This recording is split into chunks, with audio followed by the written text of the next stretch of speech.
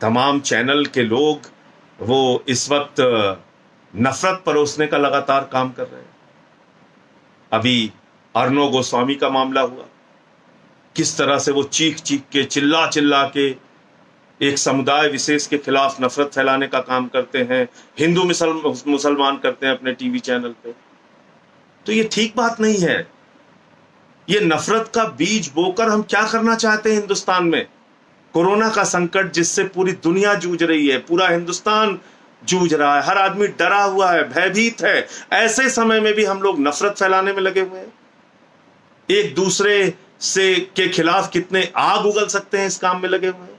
चाहे अफगानिस्तान हो, चाहे पाकिस्तान हो, चाहे इराक हो, आप देख लीजिए, जहां भी नफरत फैलाने का काम होता है, जहां भी हिंसा फैलाने का काम होता है, उन देशों की हाल, सीरिया को देख लीजिए, जहां भी नफरत फैलाने का काम होगा उन देशों के हालात क्या हैं आप देख लीजिए। इसलिए कृपा करके नफरत के समाचार सुनना बंद कर दीजिए, नफरत के जाल में फंसना बंद कर दीजिए।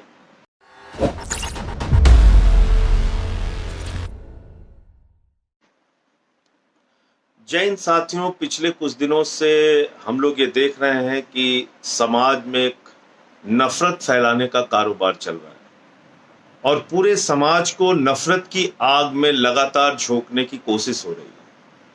किसी भी घटना को हिंदू मुसलमान के दायरे में लेकर देखना, किसी भी घटना में हिंदू मुसलमान का एंगल खोजना, किसी भी घटना में नफरत फैलाने का कारोबार शुरू कर देना, ये एक चलन हो गया है, मैं समझता हूं कि पिछले कई वर्षों से, और अब वो शायद एक भयावह रूप लेता जा रहा है।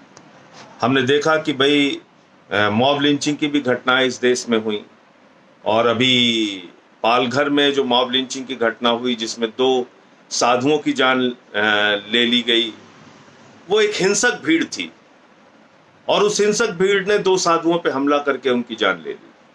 इसके पहले 1 लाख का मामला हो, चाहे और भी तमाम मामले हुए, उसमें देखा कि एक नफरत, एक हिंसा, एक हिंसक विचारधारा इन घटनाओं के पीछे काम करती है और जो किसी को नहीं देखती, वो एक हमलावर मोड में आती है और वो उस काम में जुट जाती है।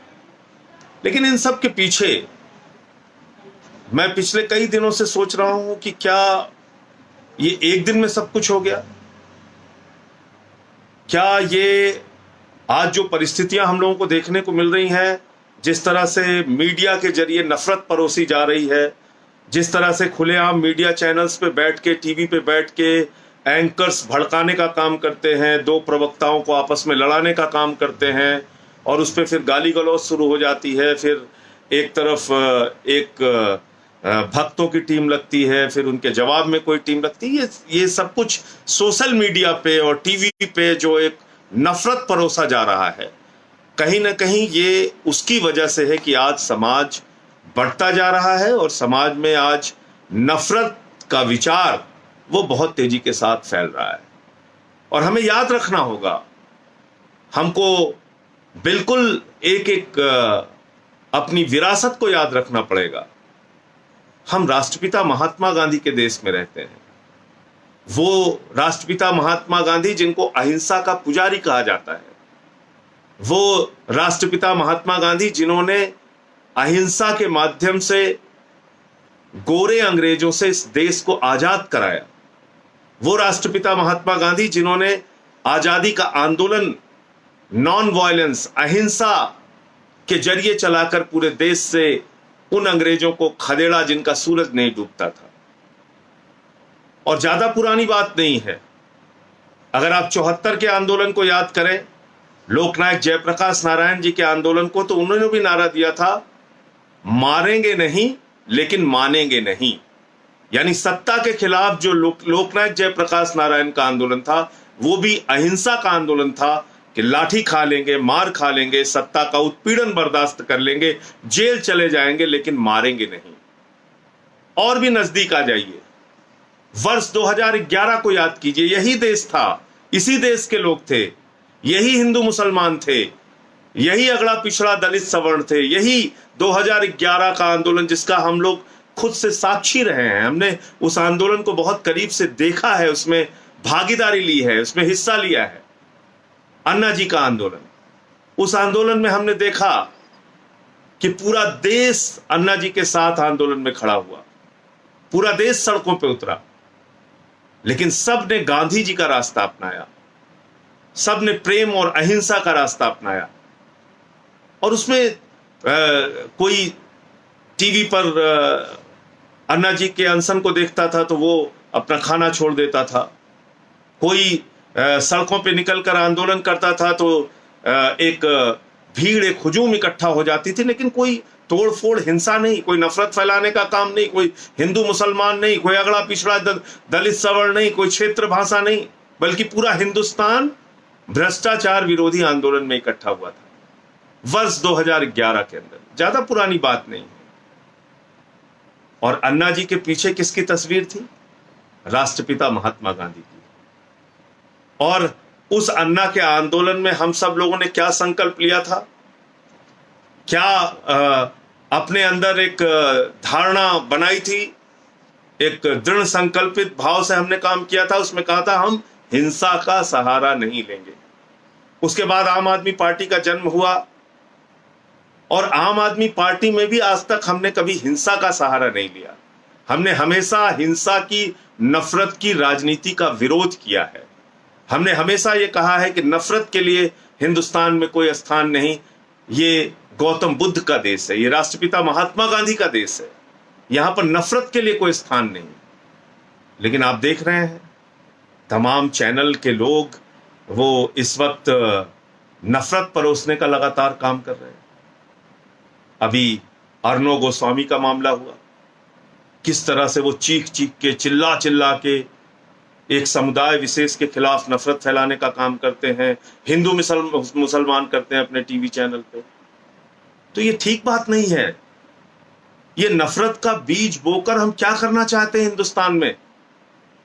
याद कीजिए दुनिया के उन देशों को जो नफरत के बुनियाद पे खड़ा हुए।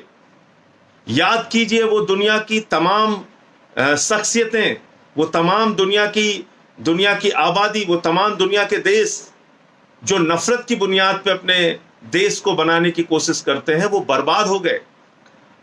हिटलर की जर्मनी को याद कर लीजिए। हिटलर ने पूरी दुनिया में तानाशाही लाने का काम किया, हिंसा, नफरत, विश्व युद्ध के हालात पैदा किए, बम और गोली के दम पे दुनिया को बनाने की कोशिश की, बर्बाद हो गया। अंत में उसकी एक ऐसी मौत हुई जो आज तक एक रहस्य है कि उसने अपने आप को, खुद को गोली मार ली। उसके बाद वो चाहे अफगानिस्तान हो, चाहे पाकिस्तान हो, चाहे इराक हो, आप देख लीजिए जहां भी नफरत फैलाने का काम होता है, जहां भी हिंसा फैलाने का काम होता है, उन देशों की हाल, सीरिया को देख लीजिए, जहां भी नफरत फैलाने का काम होगा उन देशों के हालात क्या हैं आप देख लीजिए। और कल मैं रवांडा के इतिहास को पढ़ रहा था, अफ्रीका का एक देश रवांडा, और ज्यादा पुरानी बात नहीं है, 1994 में वहां रेडियो के माध्यम से लगातार तुत्सीस के खिलाफ, वहां पे दो समुदाय थे, एक हुत्तू, एक तुत्सी। हुत्तू और तुत्सी दोनों आदिवासी समुदाय हैं रवांडा में, और उन दोनों के खिलाफ लगातार नफरत फैलाने का कारोबार चलता रहा। और उसमें सबसे बड़ी भूमिका रेडियो की थी, सबसे बड़ी भूमिका रवांडा में चलने वाले मीडिया की थी। यूनाइटेड नेशन भी कुछ नहीं कर पाया, दुनिया के तमाम ताकतवर देश भी कुछ नहीं कर पाए। रेडियो पे खुलेआम अपील होती थी, तुत्सीस को मारो, तुत्सीस को मारो, अगर कोई दिखे तुम्हारे बगल तो उनकी हत्या कर दो। इस प्रकार का आह्वान होता था मीडिया के माध्यम से। और हुआ क्या रवांडा में 1994 में, जहां पे यूएन की सिक्योरिटी फोर्सेस भी थी, जहां पे संयुक्त राष्ट्र संघ भी मौजूद था, दुनिया के तमाम यूरोप के देश मौजूद थे। 8 लाख लोग उस बड़े नरसंहार में मारे गए। 8 लाख लोग, राष्ट्रपति मार दिया गया, प्रधानमंत्री मार दिया गया। ऐसा हिंसक समाज बना, किसी ने किसी की नहीं सुनी, एक दूसरे के कत्लेआम में जुट गए। हम कैसा देश बनाना चाहते हैं? हम हिंदुस्तान को रवांडा बनाना चाहते हैं? हम हिंदुस्तान को अफगानिस्तान के रास्ते पे ले जाना चाहते हैं? हम हिंदुस्तान को नफरत की बुनियाद पे बनाना चाहते हैं, उस गांधी के देश को जिसने हमें प्रेम और अहिंसा की शिक्षा दी?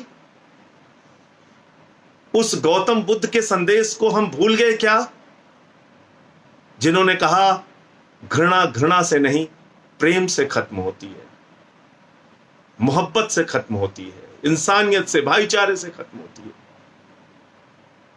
और हम अहिंसा के विचारों को भूल के, हम प्रेम भाईचारे के विचारों को भूल के, धर्मनिरपेक्षता के विचारों को भूल के, वसुधैव कुटुंबकम की जो हमारी विचारधारा है उसको भूल के हम आज एक दूसरे के खिलाफ नफरत फैलाने में लगे हुए हैं। ऐसे कोरोना के संकट के समय में, कोरोना का संकट जिससे पूरी दुनिया जूझ रही है, पूरा हिंदुस्तान जूझ रहा है, हर आदमी डरा हुआ है, भयभीत है, ऐसे समय में भी हम लोग नफरत फैलाने में लगे हुए हैं। एक दूसरे से के खिलाफ कितने आग उगल सकते हैं इस काम में लगे हुए हैं। आपसे निवेदन है, विनती है, हाथ जोड़कर प्रार्थना है, ये मत कीजिए। और इस सब के पीछे विचार कहीं ना कहीं जिम्मेदार होता है, सोच कहीं ना कहीं जिम्मेदार होती है। समाज का नेतृत्व, लोकतंत्र के जो 4 स्तंभ हैं वो क्या संदेश दे रहे हैं, ये कहीं ना कहीं बहुत महत्वपूर्ण होता है। यही देश था, मैंने कहा 2011 याद कर लीजिए, यही देश गांधी के रास्ते पर चला, अहिंसा के रास्ते पर चला। और यही देश आज 2020 आते आते हम कभी मॉब लिंचिंग के बारे में सुनते हैं, कभी हम दंगे फसाद के बारे में देखते हैं कि एक दूसरे के खिलाफ किस तरह से लोग हिंसक हो गए हैं, मारने काटने पे उतर आए हैं। तो इसलिए कृपा करके नफरत के समाचार सुनना बंद कर दीजिए, नफरत के जाल में फंसना बंद कर दीजिए। ज्यादा से ज्यादा गांधी के संदेशों को, क्योंकि अब तो सोशल मीडिया भी बहुत पावरफुल हो गया है, हर आदमी से अपील है गांधी के विचारों को, भाईचारे के विचारों को, एकता के, प्रेम के संदेश को, भगवान गौतम बुद्ध के संदेश को, ऐसे संदेश जिससे समाज में शांति और अमन कायम हो। आज मैं एक छोटी सी कहानी पढ़ रहा था और उसमें उसका वीडियो भी फिर मैंने लगाया ढूंढ के, और उस कहानी में यह कहा गया है कि भाई उम्मीद का दिया जरूर जलते रहना चाहिए। ये उम्मीद का दिया अगर जलता रहेगा तो वो दिया भाईचारे के, प्रेम के, अहिंसा के, एकता के दिए को जलाता रहेगा और समाज को संगठित रखेगा, एकजुट रखेगा। हिंदुस्तान खूबसूरत इसलिए है क्योंकि यहाँ अलग अलग रंग के फूल एक साथ रहते हैं। हिंदुस्तान खूबसूरत इसलिए है कि ये एक धर्मनिरपेक्ष राष्ट्र है जहाँ पर सभी धर्म, सभी जाति, सभी भाषा के लोग, 130 करोड़ हिंदुस्तानी एक साथ मिलकर प्रेम से रहना चाहते हैं। उनको लड़ाने की जो कोशिशें हो रही हैं उनको नाकाम कीजिए और अपने सोशल मीडिया का माध्यम, फेसबुक का, ट्विटर का, व्हाट्सएप का, ये जो माध्यम आपके पास है इसका इस्तेमाल प्रेम और भाईचारा फैलाने में कीजिए। एक तरफ वो लोग हैं जो पेड लोग हैं, जो पैसा दिया जाता है जिनको नफरत फैलाने के लिए, एक तरफ वो लोग हैं जो इस देश में प्रेम, अहिंसा और भाईचारा चाहते हैं। अब आपको ये तय करना है कि नफरत फैलाने वाले जीतेंगे या प्रेम और अहिंसा का संदेश देने वाले जीतेंगे। आप सबसे हाथ जोड़कर विनती है, समाज में एकता, भाईचारे के लिए अपने अपने स्तर पे जो भी आपके पास सोशल मीडिया का प्लेटफॉर्म है उसका इस्तेमाल अपने संदेश देने में कीजिए और समाज से नफरत कैसे दूर हो सकती है इसकी अपील कीजिए। अपने अड़ोस में, अपने पड़ोस में, अपने मोहल्ले में, अपने गली में इस बात का ध्यान रखिए और खास तौर से अपने घर में भी इस बात का ध्यान रखिए कि नफरत का बीज पनपने ना पाए। जय हिंद, इंकलाब जिंदाबाद। अगर आपको हमारे वीडियोस पसंद आए तो प्लीज लाइक करें, सब्सक्राइब करें और शेयर करें।